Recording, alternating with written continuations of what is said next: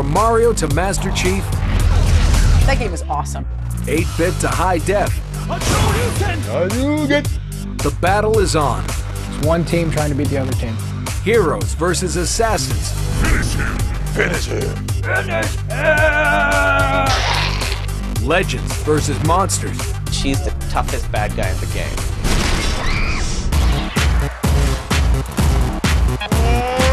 Boom shakalaka! We're counting down the top 100 video games of all time. Cool. Mario Brothers is basically like a quest on acid. Just last night, I was lost in the jungle with Pitfall Harry. I love shooters. Best game of all time's Mario Party. Skyrim is a way of life. Best game of all time. That's a game we used to play a lot. Portal is the best game on the planet. I got really hooked on that game.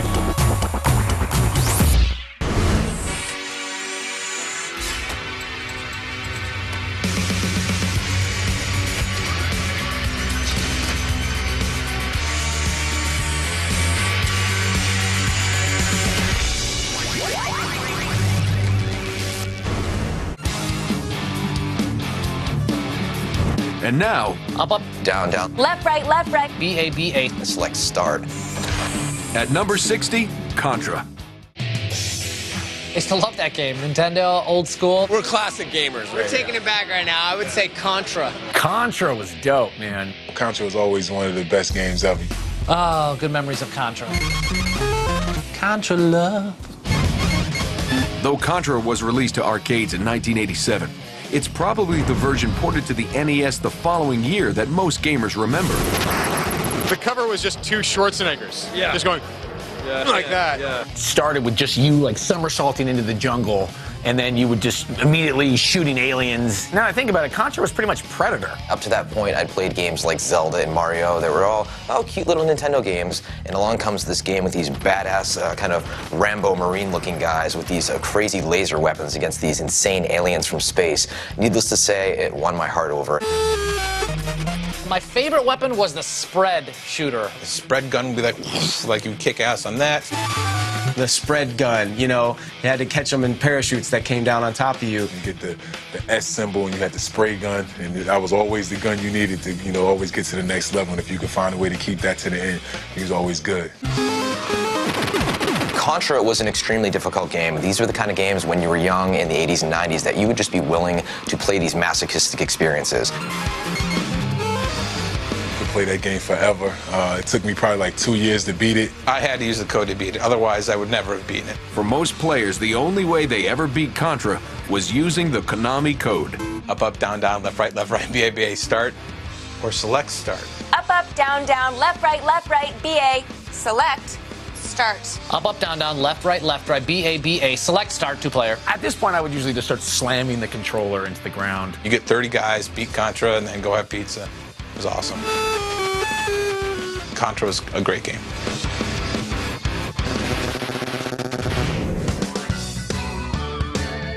Next up, a game that followed a simple formula. Point, click, laugh. At number 59, it's Maniac Mansion 2, Day of the Tentacle.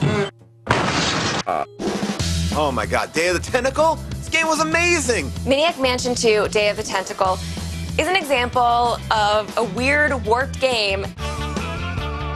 Released for the PC in 1993 by LucasArts, Maniac Mansion 2 is a point-and-click adventure game that follows Bernard Bernoulli and his pals as they try to thwart a disembodied tentacle's plans to rule the world. I feel like I could take on the world. Day of the Tentacle is awesome because it's got a tentacle in it, and I mean, tentacle is funny to say, also funny to fight. Only Tim Schafer would make a game called Day of the Tentacle.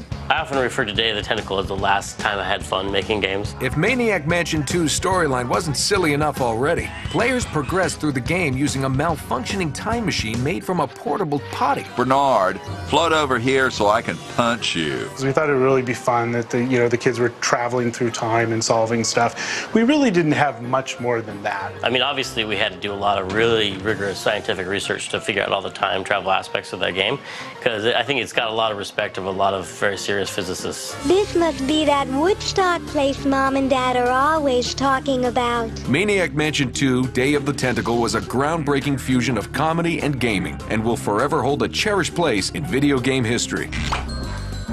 It was one of the few games where I just remember laughing out loud so many times while playing the game. It was just so ridiculous. That thing is a blur of like laughing, spitting up things out of my nose, and just like the ridiculousness of time travel. And I always have a warm place in my heart for Day of the Tentacle. Up next, a title that proved a massively multiplayer game was not only possible, it could be incredibly fun. At number 58, a world that is Ultima Online. Ultima Online is pretty much the only game I played in college. It just changed the whole way we look at video games. Released in 1997, Ultima Online pushed the boundaries of gaming and social networking to help create a new genre with an ever-evolving game world, a user-driven economy, and player versus player combat. We could see the emergence of the internet. We could see the emergence of this connectivity. We knew already the power that would be there if we could create a successful game. Richard Garriott, who took his Ultima money and built himself a castle and sent himself into space. He made that much money from Ultima because it was that popular. Ultima is a franchise that, defined RPG gaming. There's a lot of things that owe a debt of gratitude to Ultima and what it did. Next, the debut game for an addictive franchise that enraptured millions of kids. It was an insidious game that stole the minds of our nation's youth. At number 57, gotta catch 'em all, it's Pokemon Red and Blue. Pokemon? Okay, I mastered that. You're Ash Ketchum, and you're you're on your quest to go hunt and catch and collect all the Pokemon in the world. This game was the must-have game for the Game Boy. You had to, catch all of the 150 plus Pokemon and then pit them against each other. Why? I have no idea. The dual releases of Pokemon Blue and Pokemon Red introduced gamers around the globe to Pikachu, everyone's favorite yellow electric mouse. Wait, he was a mouse? Pikachu! I've always felt that Pokemon had something to do with retribution for World War II. Torturing the parents. Apparently, the Japanese are still fighting the war. Whether you were down with Pikachu or not, there's no denying that tons of other people were. The first Pokemon game ranks as the best-selling RPG of all time. I have so many fond memories of going about to different places and capturing all the Pokemon. I beat the whole game. I collected every single Pokemon. I filled up my Pokedex. I love the game. It's just one of those old school games they just haven't, you can't remake it. Coming up next, Warrior is about to die. Valkyrie needs food. It's time to throw down the gauntlet and take on one of Disney's toughest baddies. Get ready for this! Ursula that's another vein popping out of my head. Plus, we catch up to the fastest blue hedgehog on the planet. It's a badass. But first, although Contra made it famous, which game was the Konami code invented to help defeat? The answer when the Top 100 returns.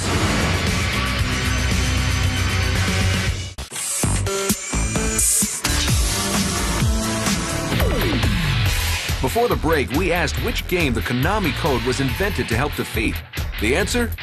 Gradius, Konami's insanely difficult side-scrolling shooter first released in 1985.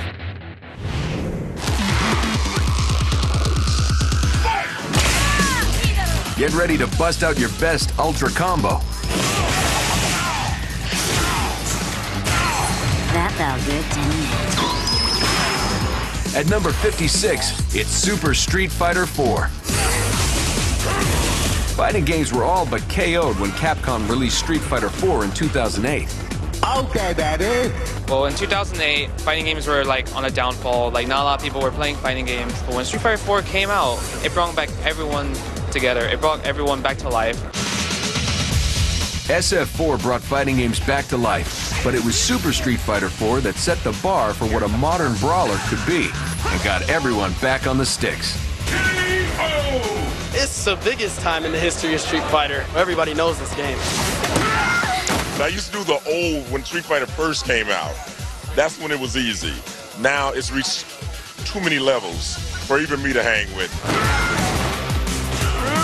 I love playing that sumo because I can't play it at all, but for some reason I know that one sumo is like super flappy arm. Like he's like big and fat, and then he's like, he can almost beat anyone. Super Street Fighter 4 is one of the best fighting games I've ever played.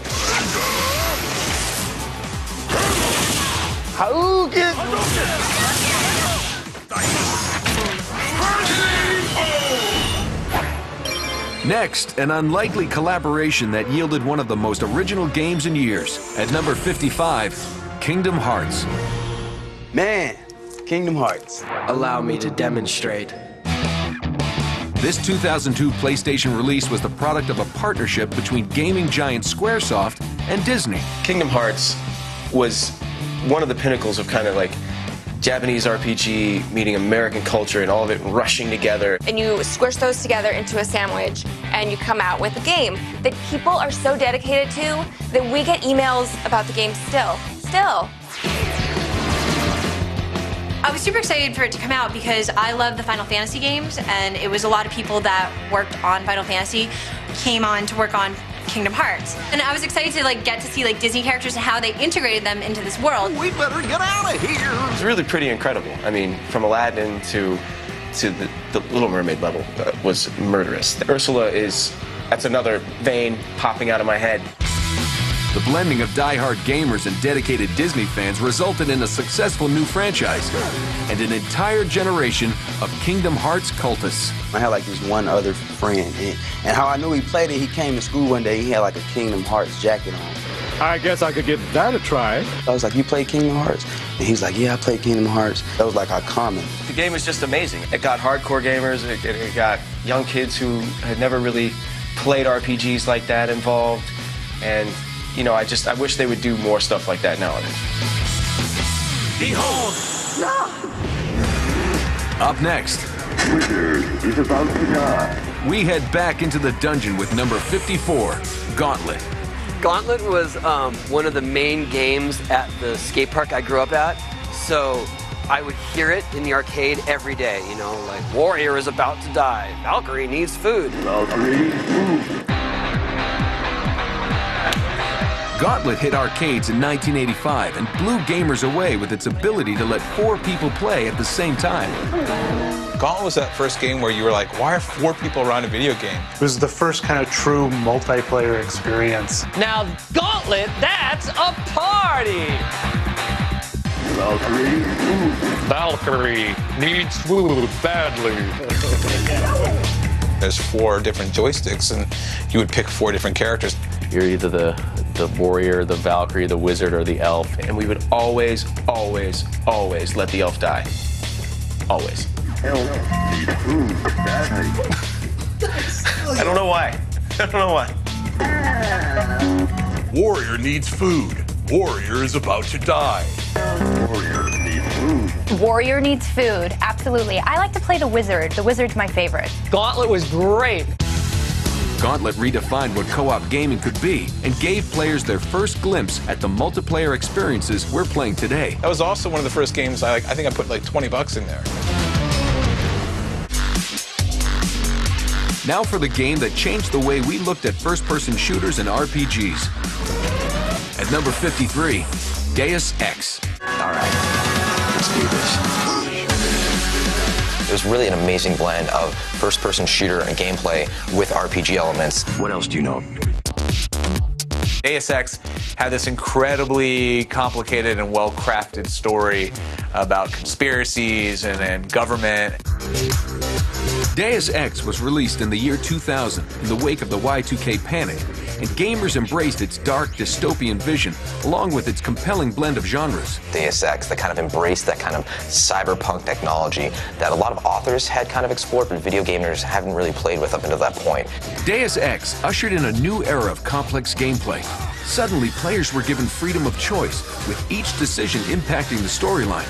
one of the first games that allowed you to do things your own way. You weren't just a dude who got like a flamethrower. You could manipulate how you wanted your character to be in the game. They could solve puzzles in any number of ways. They could sneak past the giant mech, they could take it down with combat, or they could hack it and reverse it and make it fight for them. I don't have time for games. It wasn't just that you were, going through this game and looking for a solution and getting to the end. I mean, you were having to write your own story. It is the start of making choices, and making choices matter to gamers and affect on how the games are perceived and played, and that's why Deus Ex is a classic.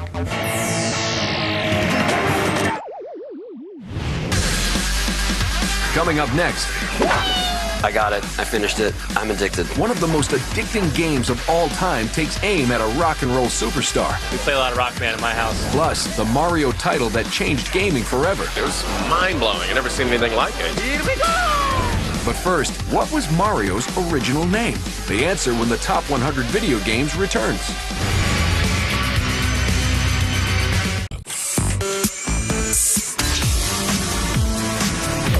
Before the break, we asked, what was Mario's original name?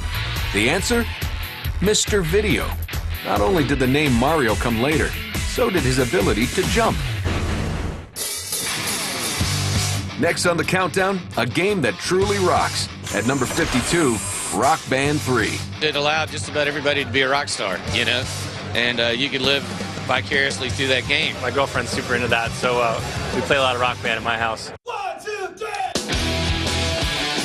Released in 2010, Rock Band 3 introduced awesome new features like 3-part harmonies, a realistic pro mode, and a keyboard, making jam sessions with friends more fun than ever.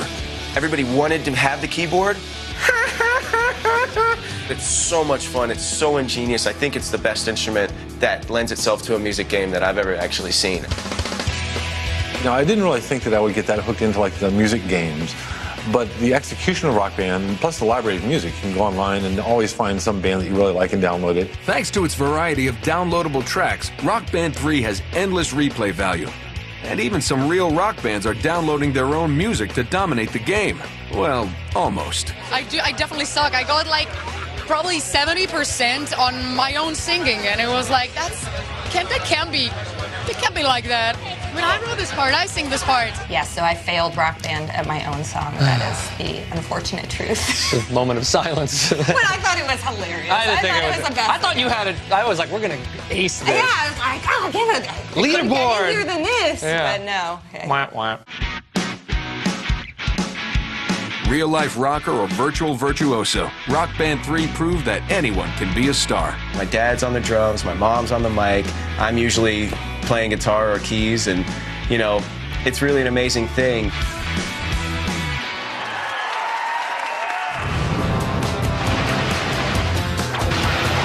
Next on the countdown, a sequel that surpassed the original with more action, more hilarity, and more delightful weaponry. Should I have a look?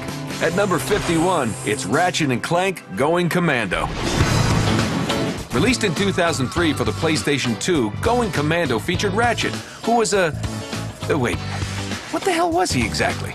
It's some sort of rodent thing, like a squirrel, fox, hybrid that can talk and is like a spaceman. Well, whatever he may be, Ratchet teams up with his robot pal Clank to bring peace and justice to the galaxy. So you sell these gadgets? For the sequel, we had to figure out what can we do to top all the crazy weapons that we had in the first game. You might have a slime gun, or you might have like a giant rocket launcher. My favorite gun is, of course, the Sheepinator. You get to turn enemies into sheep. Wait, I guess that was pretty self-explanatory, wasn't it? Ratchet & Clank Going Commando wrapped brains, brawn, and laughs into one irresistible game.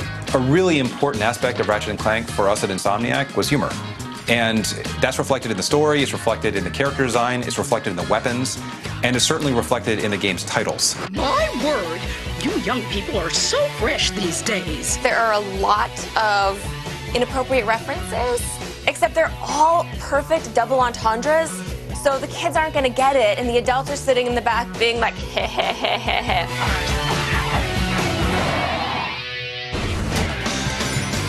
Next up, a blindingly fast blue furball who gave Mario a run for his money.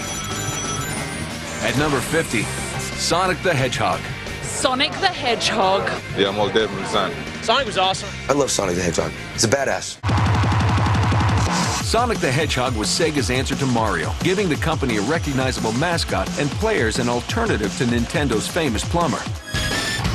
Sonic the Hedgehog is the first game that made you rethink how much you loved Mario. Sonic was the Mario Brothers for the Sega Genesis. I used to play it almost every day when I was younger. I mean, I don't know exactly what it was. It kept my attention. I guess a lot of games don't keep my attention, and that was one of the games that did. I like Sonic the Hedgehog because it brings me back to the glory days when I used to be good at video games, and I really thought that one day I could see a hedgehog and he'd be doing the same thing. Released in 1991, Sonic the Hedgehog gave gamers an attitude and velocity they hadn't seen before in a side-scrolling mascot. When Sonic the Hedgehog came out, it kind of blew us all away because this was the first video game character you could play that had sneakers on.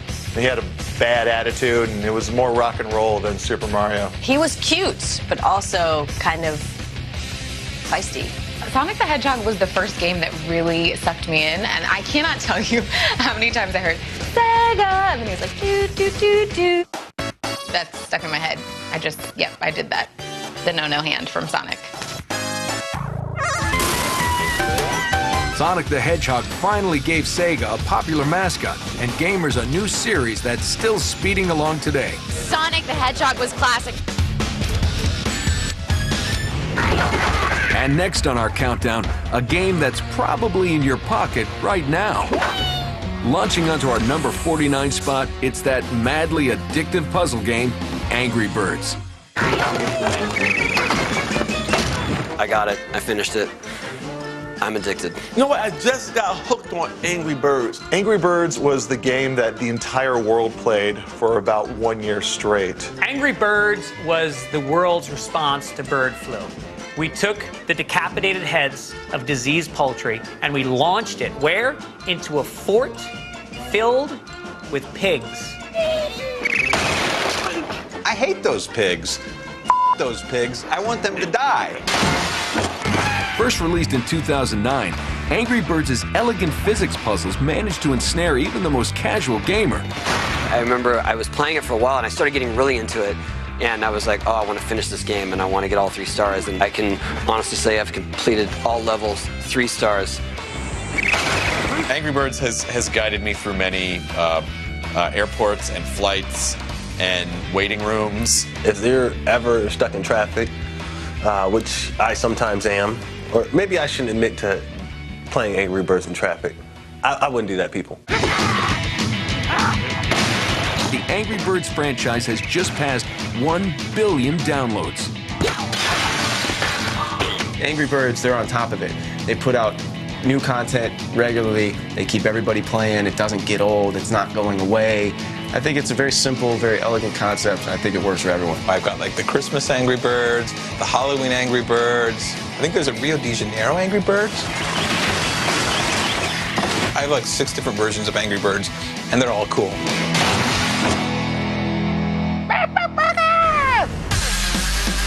Coming up next, Bo knows Tecmo. You try to get 99 yards per every rush.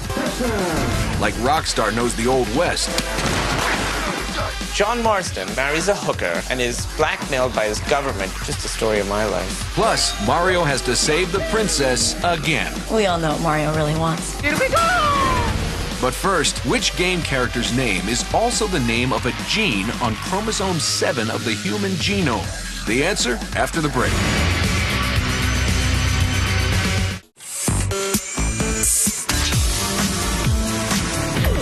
Before the break, we asked what video game character is also the name of a gene. The answer? Sonic the Hedgehog. When not collecting gold rings, it helps regulate the growth of your button-mashing digits. You don't need sick graphics and epic storylines to make our list. All you really need is Bo Jackson. Bo knows everything. Bo knows baseball, he knows football, he knows Tecmo too. Bo knows Tecmo Bowl. Sprinting its way to number 48, Tecmo Bowl. Tecmo Bowl was my favorite game. Tecmo Bowl was awesome. It was such a great game. Tecmo Bowl was one of my favorites. Released for the NES in 1989, Tecmo Bowl became the football title of choice. Tecmo Bowl was dope because it was like the first game where they had a season in the sports games. I was a big Bears fan, and Tecmo Bowl was the first game where I realized you could do like entire seasons, and man, that was the game changer. Where you could all of a sudden go, I could do the Bears and try to do the Bears all the way through the year. I used to do sleepovers with friends, and we would go from like 9 at night to 3 in the morning. They had like maybe 4 or 5 teams, 6 teams, 4 or 5 plays. You just had to make it happen. If they picked the same play you did, you were screwed. And if you picked the right play, it was a touchdown. I don't never like to run the ball. I just like throwing it. It was never a time where they don't catch the ball. It was either caught by the person or intercepted. It was never really no incomplete passes when you played Tecmo Bowl. Tecmo Bowl was amazing, though, because there were superstars in football at the time, and they felt like superstars in the game. Willie Gault, like, that was my dude right there. Like, he caught everything. But the most famous superstar in Tecmo Bowl history was Bo Jackson. Bo Jackson was the best player. If you have Bo Jackson on your team, you are set. You give him the ball every time, feed him the ball all day long. He will cruise through the line of scrimmage, and you kick outside to the bottom of the screen, and you go. Go all the way up, and you go all the way across, and you try to get 99 yards per every rush. It must have been in his contract that he was just 10 times faster than every other player. Bo Jackson was one of the guys on there that was just unstoppable. Superstar players, your favorite teams, and Bo Jackson. Tecmo Bowl amazed gamers and changed digital football forever. It was insane. It was fantastic. It was the first football game I ever played, and I still own it to this day.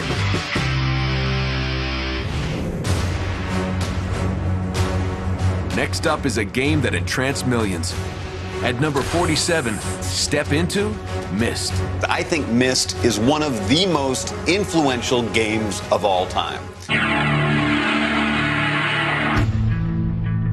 A PC adventure game released in 1993, Myst gradually and hypnotically revealed its secrets. When that game came out, it was so beautiful, it was so immersive, it's eerie, it's spooky, it's scary. It was really the connection, I think, between the high-resolution graphics and the sound effects. I just knew I would take up too much of my life. Like, I wouldn't be here on television. I'd be sitting in an apartment alone in Burbank still playing Myst and just covered in Cheetos. There were no enemies to fight, and your avatar couldn't die. Just a seriously weird island to explore and puzzles upon puzzles to crack.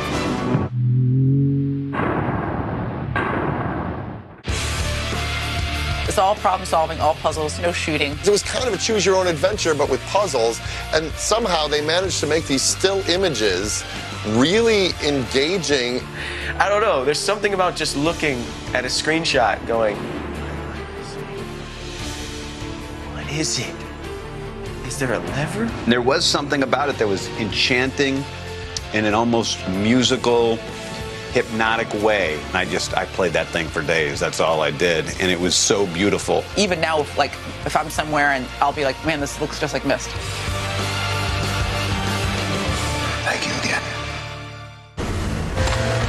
It's off to the Wild West for the game at number 46, the immersive open-world Western adventure, Red Dead Redemption. Red Dead Redemption is every great Western. Red Dead Redemption put players in the dusty boots of John Marston and dropped them in the middle of a modern spaghetti Western. John Marston marries a hooker and is blackmailed by his government to go kill his former gangs. Just the story of my life. How badass your protagonist is, that he can slow the world down, and it goes into this gorgeous sepia, and then you can pick your targets slowly, as if he's going into this Zen place in his mind. Red Dead Redemption didn't just give you missions, it gave you the ability to explore a continent's worth of gaming possibilities. You wanted to just head out into the wilderness and do little mini side quests the whole entire time, you could absolutely do that. Or you could follow a main storyline and actually have like the directed quest lines and everything and not get distracted by, the prostitute that needed to be rescued. I got the game, never beat it, but I did spend 40 hours hunting cougars.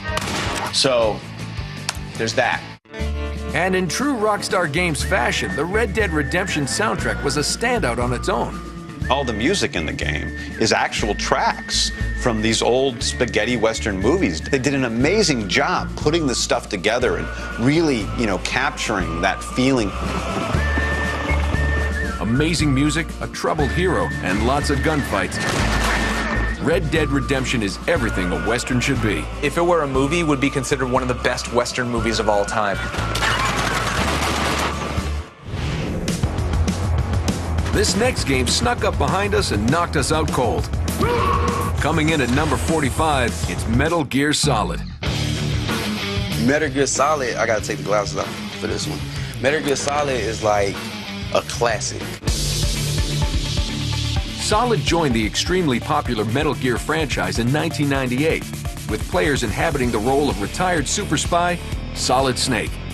Yeah, Snake is just like this ultra solo stealth badass guy. Can you shoot me, rookie? That game was amazing because all of its boss battles were so completely unique and different. I am Sniper Wolf, and I always kill what I aim at. Sniper Wolf, that battle was so tense. It was a mind bender. That's when a game is good, is when you can remember screenshots of it in your head. But Metal Gear Solid is recognized for more than just its incredible boss battles. It was also a watershed moment for players used to simply blasting their way through action games. Metal Gear Solid didn't invent the stealth mode, it perfected it. Every other game, you were just trying to kill as many people as possible. But in Metal Gear, it took strategy. You had to sneak around. The first time I played it, it was just like, what is this game? Like, I would hide on the wall, knock on the wall. You're trying to be sneaky. When somebody sees you, they get a big exclamation point on top of their head. Drink makes that noise. People, and they couldn't find me. I used to always hide and just yoke people out or run. You know what I'm saying? It was like a real sneaky game. Even with multiple installments in the Metal Gear series, for many, Metal Gear Solid will always be the best of the bunch. They pushed the boundaries of gaming at the time further than any other game I'd seen.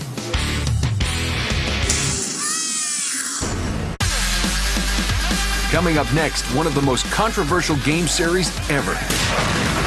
What about the 300 people you killed just driving around? Takes on one of the most difficult. It was face melting. Plus, the game that changed Mario forever. Oh, this is really scary. It's 3D. It's real. But first, which of these is the best-selling game in the Mario Brothers series? The answer when we return.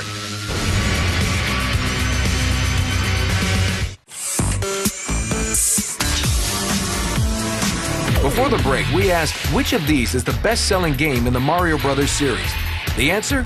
The original Super Mario Brothers. It flew off the shelves over 40 million times. Our next game is the most recent release in a series that's as groundbreaking as it is controversial. Number 44, Grand Theft Auto 4. Released in 2008, GTA 4 became an instant classic. Grand Theft Auto 4 is a lot like Grand Theft Auto 3, but it's a big upgrade in terms of graphics, in terms of the overall gameplay of the world. So the whole Grand Theft Auto series, I think, kind of hit a high watermark with Grand Theft Auto 4. I can do this all day if I had to. You're this guy, Niko Bellic, who comes from some unnamed Eastern European country, and you've been through some type of war, and you come to this country, and you find yourself getting into a lot of trouble. Yeah, I love Niko Bellic because he's just so, he's tired. I don't know, something about that. I'm not saying I feel that same way, but I identify with Niko Bellic. Also, probably the same taste in clothes. I always felt kind of skeevy after playing as this Russian mobster.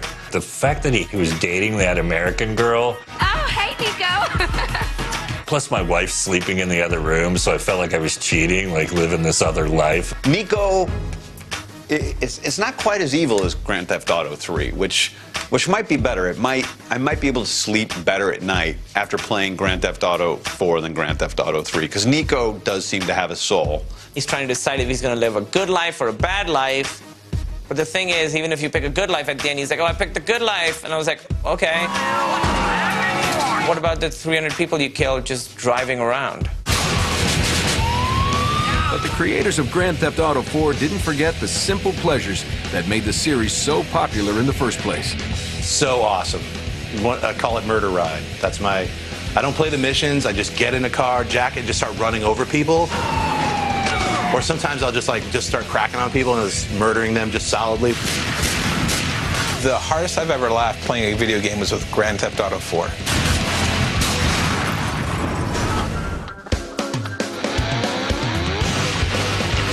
Up next, one of the greatest blast the crap out of everything games of all time. At number 43, we give you Quake 3 Arena. If you've got balls, if you've got game, and you really want to step into the real first-person shooter arena at the highest level, I think it's Quake 3. Released to PCs in 1999, Quake 3 Arena strove to be pure multiplayer rocket blasting fun. And it was a lot of fun. I mean, I loved Quake. That game, inspired a lot of other games. Every moment of the gameplay has to be fun. It has to be fun what you're doing at the keyboard and the mouse, as you're moving around, jumping and shooting at things. And while shooting at anything that moves sounds easy, not getting blown to jibs by the legions of fanatical id fans was anything but. Quake 3 Arena's introduction to jibs in the modern lexicon has led me to walk around constantly looking for blown-up pieces of people. But there aren't any, because our cities keep the streets clean. First-person shooters today, obviously, are probably the biggest business out there. But if you want to truly find out if you're good at first-person shooters, pick up Quake 3 and play it. My answer, I'm terrible. Just because of how intense it was. It was one of those games where you'd come out of it and you'd feel like you'd actually been in war. You'd come out kind of sweaty and feel like you'd done your own little nom time in front of your laptop while you're eating ho-hos. It is amazing how good the people got at that game.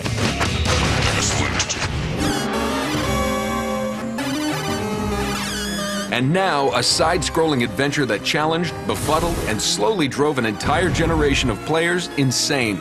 This game was the difficulty equivalent of repeatedly slamming your head in a car door. It was agonizing. It was kind of fun at the same time. At number 42, it's Ghosts and Goblins. Frustration, anger, it's when I discovered I had a vein in the middle of my forehead that could almost burst open. But I kept on going back because who doesn't want to fight evil in your underwear? Just face melting. You got one hit, maybe two if you're lucky. Next hit, you're dead. Sorry, kid, go home. You're a knight, and you have to go rescue your girlfriend or the princess from these evil goblin guys. And when you get hit, your armor disappears and you're just in your underwear, which is humiliating because not only are you fighting demons, now you're also just in your underwear. That's like two different nightmares I have combined into one. Released in 1985, Ghosts and Goblins is considered one of the hardest games ever because to truly defeat Satan, you have to beat every level twice. Oh, the thing that drove me mad about Ghosts and Goblins, I went through it twice, got to the top, destroyed that weird monster thing, and I'll never forget, at the very end it says, congratulations, with no S at the end. How hard is it to just say congratulations?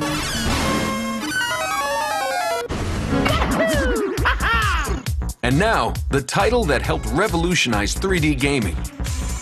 Landing at number 41 is Super Mario 64. Here we go! Definitely Super Mario 64. Bigger worlds, badder bosses, everything was more fun. I had to finish it. I was obsessed with it. Mario Brothers on steroids. Released in the summer of 1996, Super Mario 64 added a whole new dimension to Nintendo's most recognizable franchise. It was everything you want Mario to be, but in 3D. For me, it was like the culmination of video games at the time. That was it. That was the first time I really paid attention to Mario game, and it just blew my mind. It was one of the main reasons I stopped making PC games and started getting really into console games, because I started to play them a lot because of Mario 64. This was some good right here. Can beep that part out. My mistake. While Mario 64 changed just about everything for Mario, it didn't change the fact that Princess Peach had to be saved again. Are they together? Are they dating? Is this just a potential girlfriend? Is this girl he's a crush on? I don't know. We all know what Mario really wants. Here we go!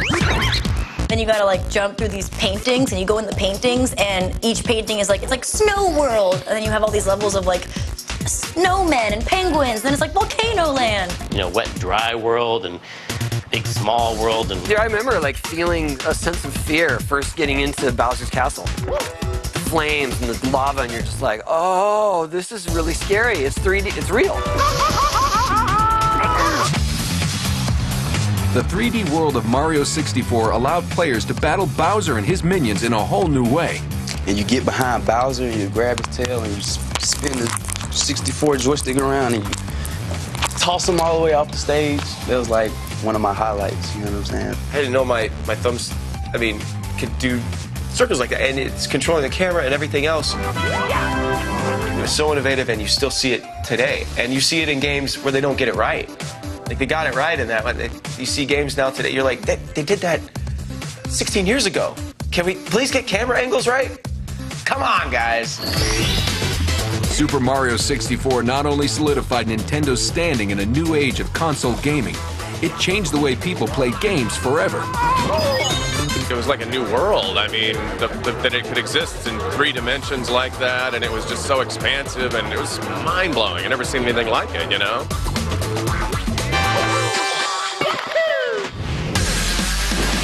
Coming up on the top 100 video games of all time. Definitely a Halo guy. Master Chief shoots them up. Mike Tyson knocks them down. Mike Tyson. I was coming after his ass. The biggest games of today. Joker and Bane and Clayface.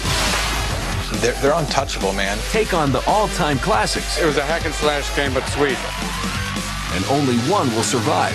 Best game of all time. We're counting down the final 40 when the top 100 video games of all time continues.